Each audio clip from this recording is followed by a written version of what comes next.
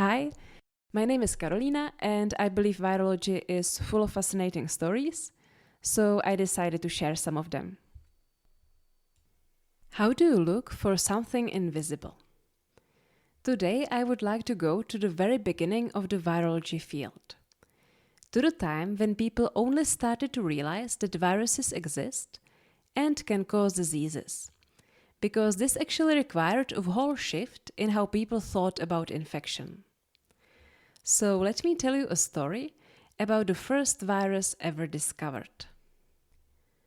Before the 19th century, and before the discovery that pathogens cause diseases, people had a lot of different theories about what is making them sick. Since germs like bacteria or viruses were invisible to humans, people looked for other causes to blame, be it witchcraft or punishment from gods. For instance, it was believed that diseases could be caused by astrological influences. So when doctors determined how to treat someone, they might take into consideration the position of planets. Or, in ancient Persia, diseases were associated with demons, and an illness may be cured by exorcism.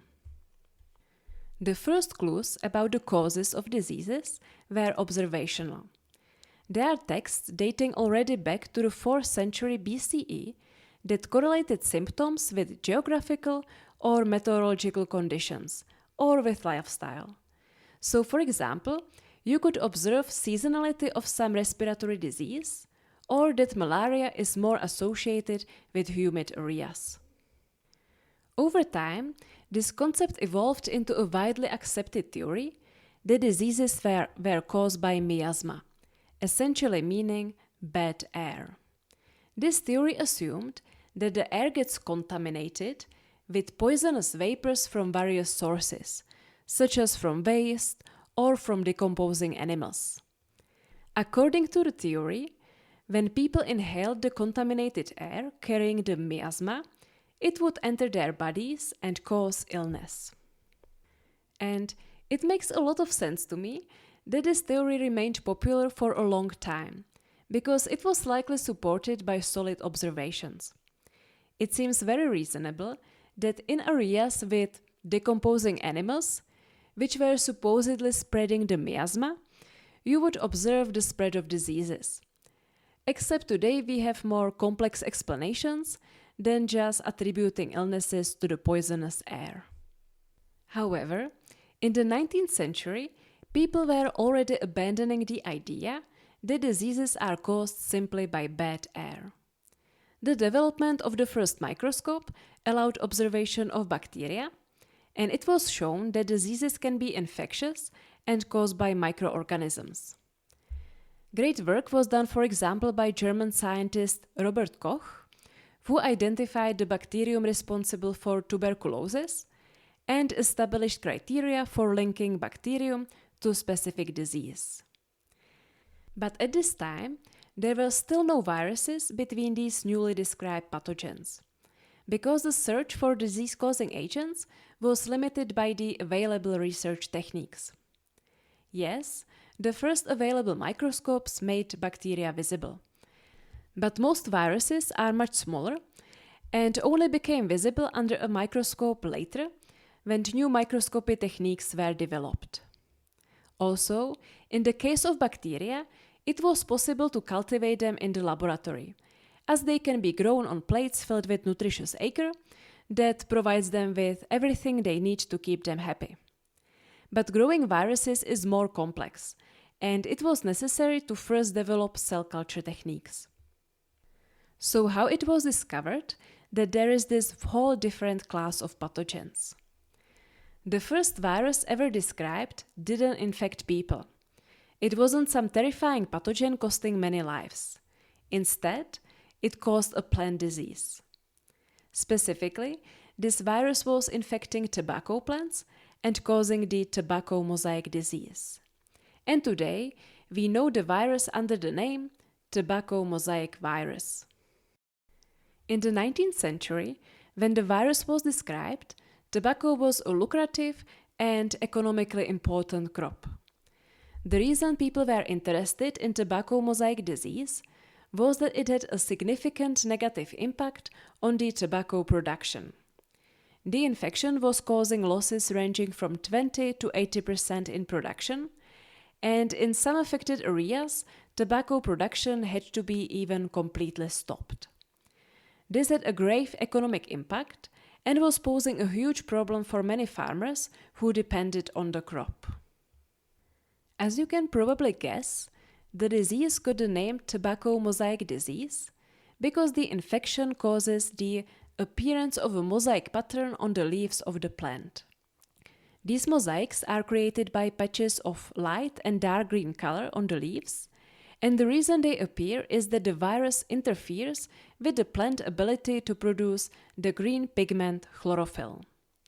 Another effect of the infection on the plant is stunted growth. The infected plants have smaller leaves than healthy ones, and the overall size of the plant can be much smaller. I saw a picture comparing an infected plant to a healthy one, and next to the normal plant, the infected one appeared completely shrunken. Another symptom of the infection is necrosis, which basically means the death of some of the plant tissues. The plant is developing necrotic lesions that appear as these black bumps on the leaves, and necrosis is another factor that can significantly impact and decrease the plant photosynthesis. I also read that the tobacco leaves of infected plants tasted extremely bitter. Actually, I have no clue how tobacco leaves are supposed to taste, so let us just assume that consumers didn't go for bitter. So these were the reasons why people wanted to understand the tobacco mosaic disease. And there were three important people who brought us much closer to understanding what is causing it and that the tobacco mosaic virus is to blame. So, in Act 1, we are in the Netherlands in the 19th century with the German botanist Adolf Meyer. Meyer was studying the tobacco mosaic disease, describing the effect the infection had on the tobacco plant, and trying to determine its cause. To identify the culprit, he was, for example, investigating various environmental factors. For instance, he suspected and tested for possible role of nutrition. And he also examined the temperature and the amount of light the plants were exposed to. But these investigations into the environmental factors gave him no clue as to what was causing the disease. But another one of his tests brought him closer to the answer.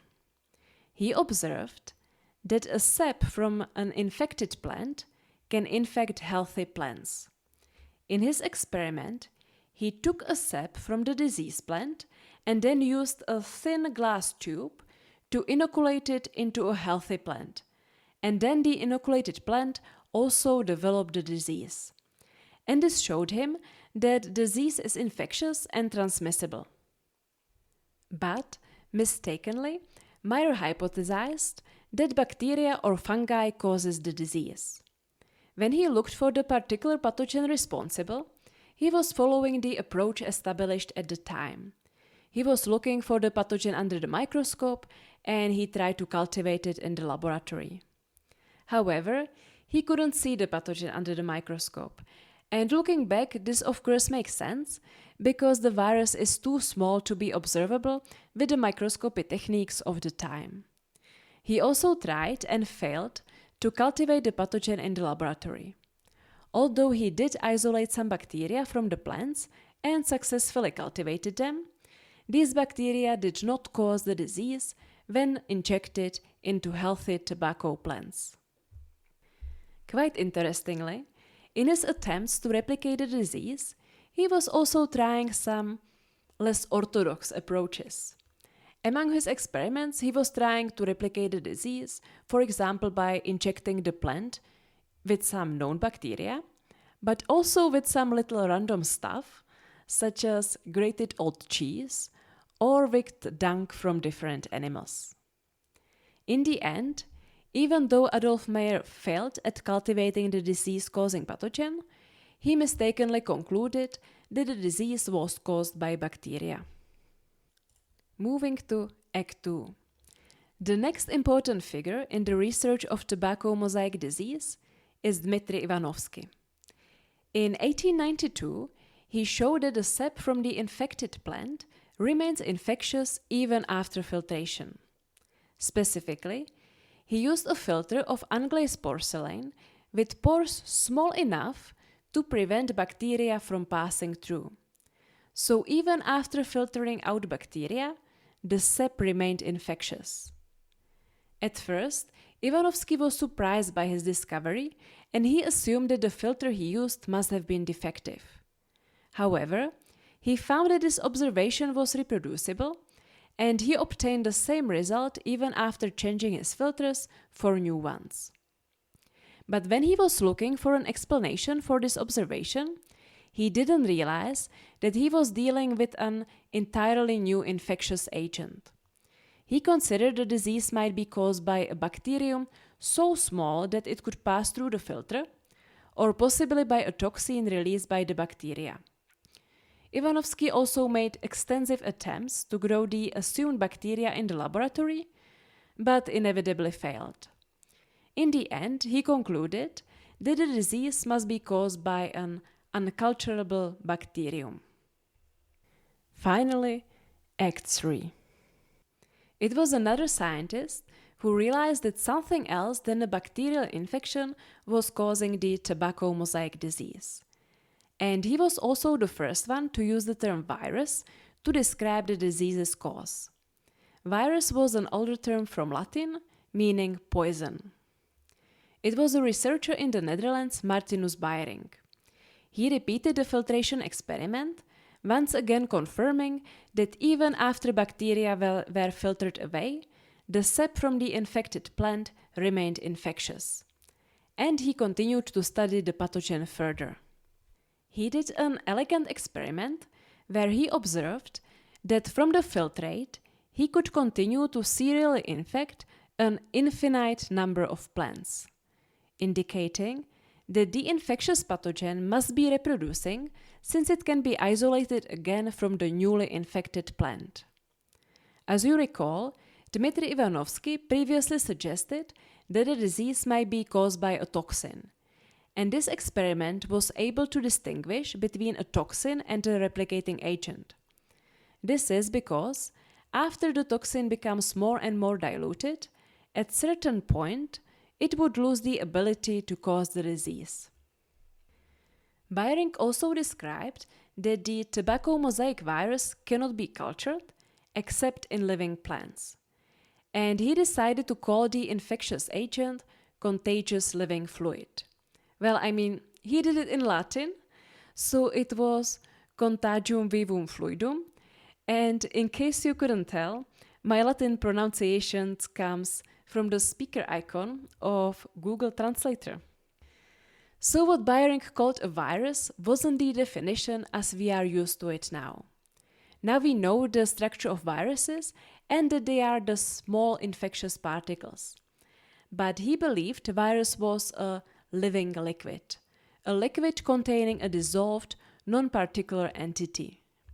We now know that the viruses are not soluble or alive, so the name contagious living fluid didn't stick. But still, Martinus Beyering's suggestion that microbes in fact don't need to be cellular changed the definition of pathogens. So these scientists laid the basis for understanding viruses. But more work still had to be done. And it even took another 30 years to resolve whether viruses are particles, as we now know they are, or liquids as was suggested by Beyering. Today, we know the exact structure of the tobacco mosaic virus. A single-stranded RNA molecule encodes the virus genome, and this RNA is surrounded by a protein coat, the virus capsid, to form the rod-shaped viral particles. But of course, it took researchers some time to figure this out. One important milestone happened in 1935 when tobacco mosaic virus was purified and crystallized by Wendell Stanley. The fact that the virus could be crystallized was seen as a big revelation because it suggested that it is more a chemical substance rather than a microorganism. Stanley reported that the crystals were infectious and contained protein. Well, Stanley originally reported that tobacco mosaic virus is pure protein. But soon after, his observations were challenged by other researchers who also isolated the virus and showed that it also contains a small percentage of RNA. And in 1939, tobacco mosaic virus became the very first virus visualized by electron microscope, and the pictures revealed it forms the rod-shaped particles only 300 to 15 nanometers in size. And then the final details about its structure were resolved by X-ray analysis. And there were many scientists involved in the study of the virus structure, but I would just like to mention that a great portion of the structural work was done by Rosalind Franklin, who is more famous for her X-ray picture of DNA. And even in later years, the tobacco mosaic virus played an important role in the history of molecular biology. It was used to study self-assembly of the viral capsid and the ability of viral RNA and protein to assemble into a specific structure.